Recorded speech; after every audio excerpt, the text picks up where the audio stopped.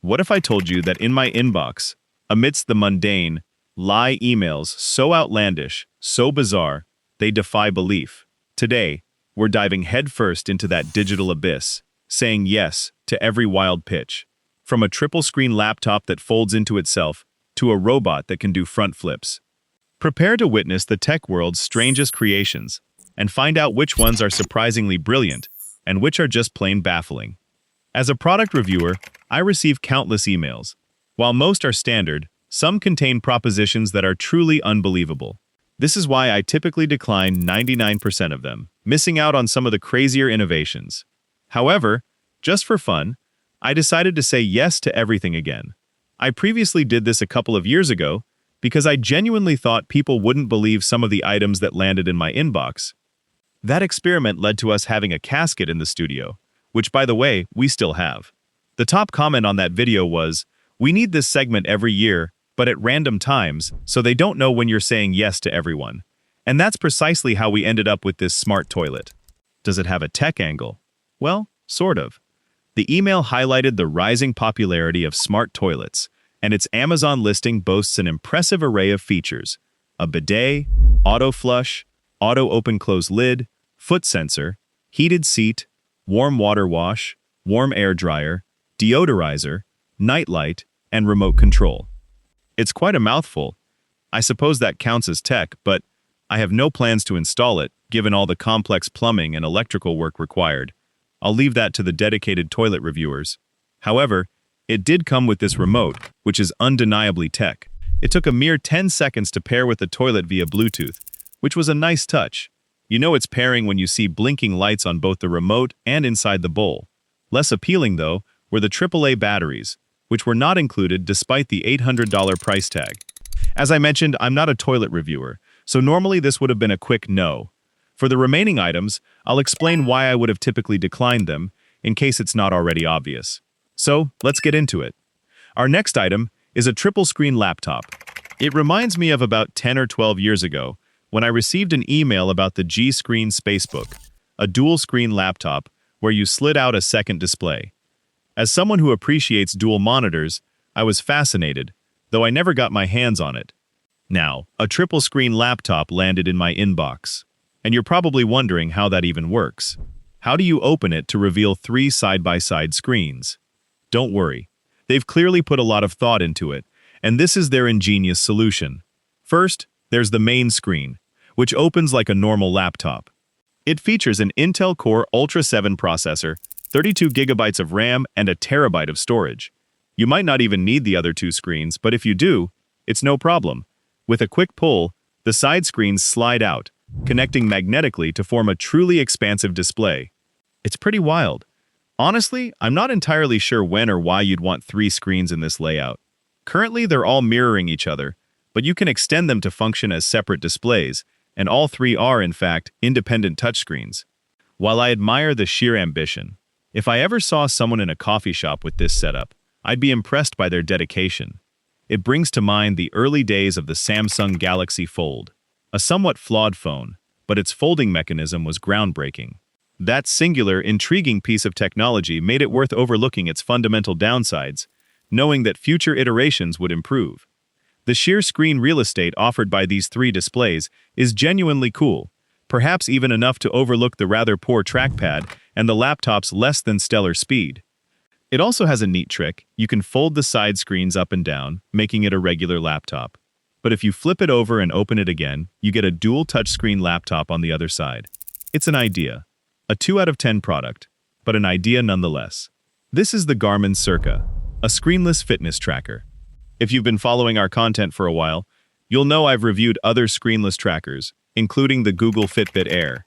So, this is right up my alley, and I've spent several days with it, as has Andrew at the studio, and we've discussed it on the podcast. We're quite familiar with it, and this is something I would typically say yes to. Our conclusion is that, for $200 up front with no subscription, it's clearly positioned as an alternative to products like the Whoop. It's a comfortable puck on your wrist that tracks you constantly without the distraction of a screen. It also boasts a few extra features, like a customizable side button, something the others lack, which is incredibly convenient for starting a workout when your phone isn't readily available. I'm also quite fond of the band it came with, a soft, stretchy blue fabric that attaches with Velcro. While there are other colors, the overall design is excellent.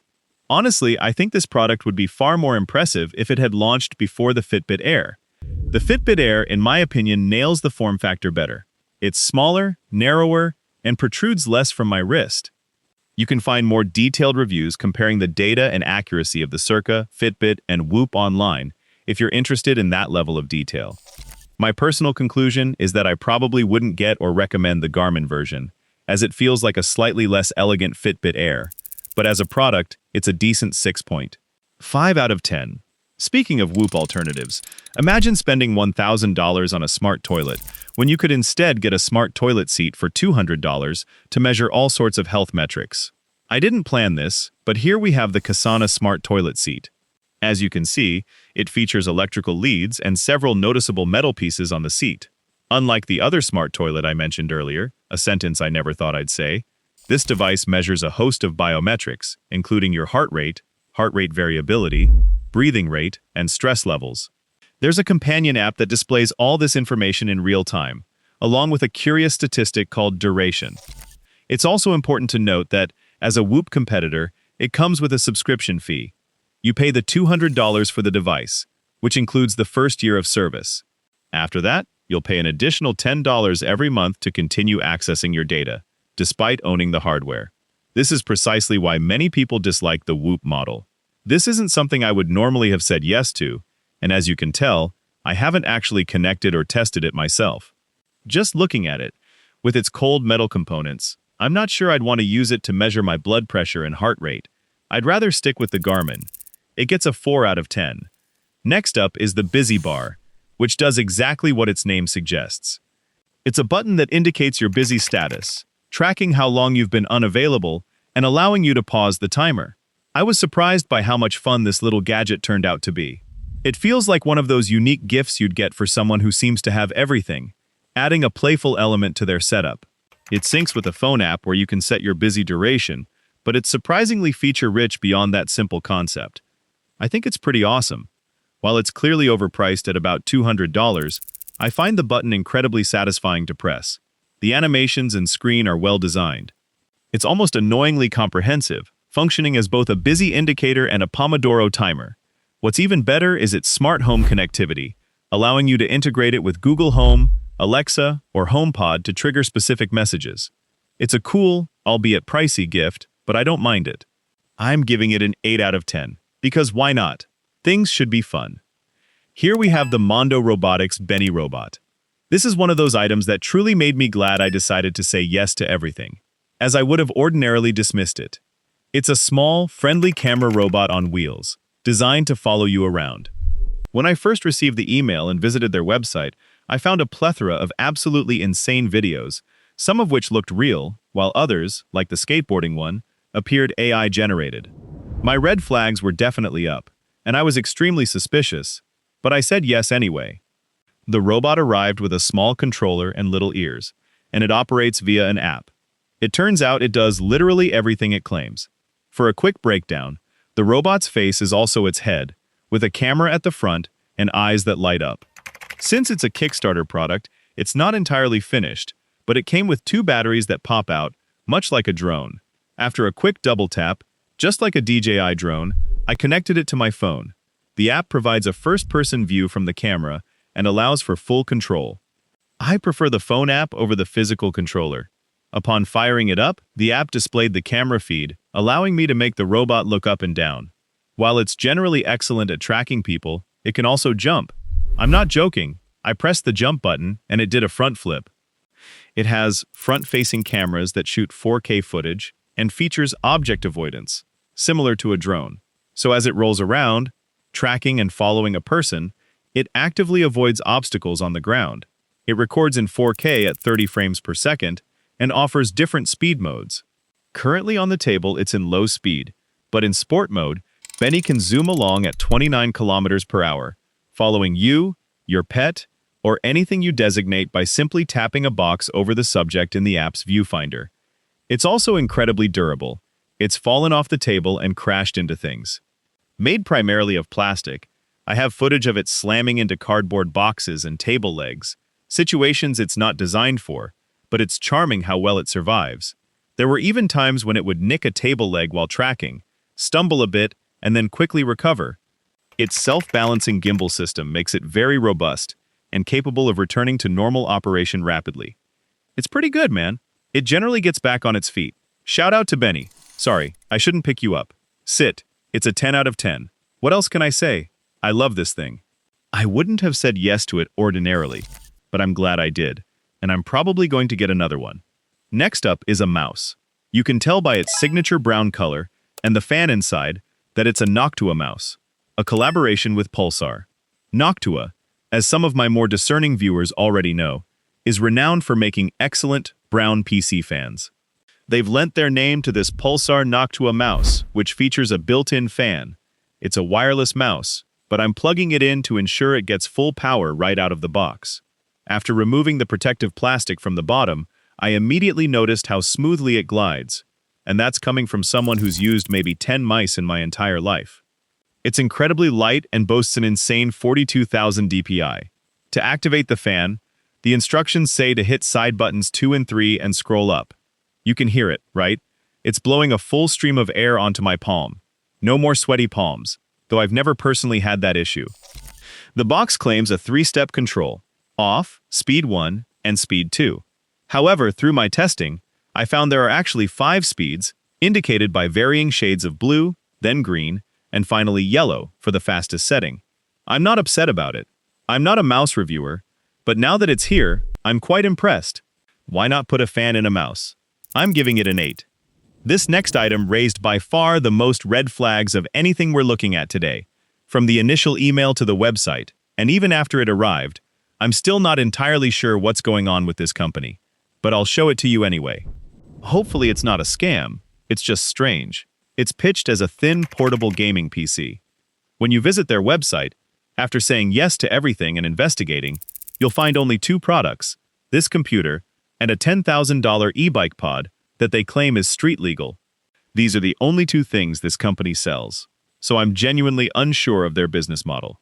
The website, grantsinclair.com, screams like it belongs to a single individual with 2 distinct ventures, perhaps both successful, I don't know. Regardless, they sent us this gaming PC. I fired it up, and it's less a gaming PC and more a stack of PCBs with an emulator capable of playing a few games, though it does get quite warm.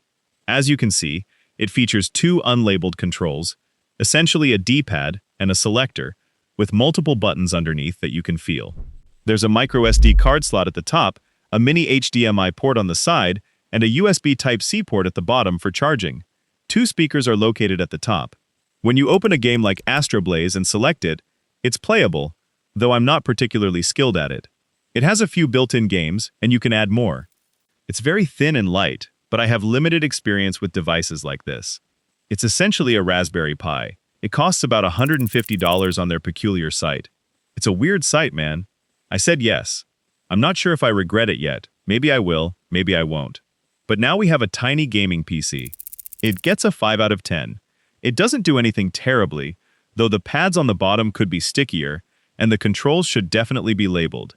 This new TV, the Sony Bravia 92, has been behind me this whole time. It landed in my inbox with the pitch of being a true RGB TV. This is a very premium 1.65-meter television, priced at $3,600, with larger models going up to 2.92 meters. It's not an OLED, but Sony claims its true RGB technology delivers a picture almost as good as OLED, without the typical drawbacks. True RGB means it uses independently controlled red, green, and blue LEDs, rather than passing light through filters, resulting in incredibly vibrant colors and exceptional brightness, all without the risk of burn-in that some OLEDs face. This is its headline technology. As a smart TV, I immediately noticed, right out of the box and even in standard mode on the YouTube app, that the reds were super saturated. Even switching to cinema mode or other less vibrant settings, the red saturation remained very high.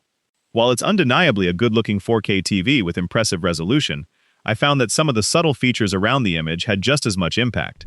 Specifically, the anti-glare finish is remarkable. You're looking at this TV in front of a massive window right now, and the first thing I noticed is that it reflects almost nothing. It delivers deep blacks, incredibly high brightness, and saturated colors, and you can see everything clearly, thanks to the effective anti-reflective technology. I also appreciate the small box hidden beneath the display that conceals the power cable. It uses a lenticular film effect, similar to an invisible cloak, to make the cable disappear. Another fun fact, the remote is USB Type-C powered, so you'll never have to worry about losing TV remote batteries again, though I'm not sure how often that's an issue for most people. The spatial sound reproduction from the TV's speakers also impressed me.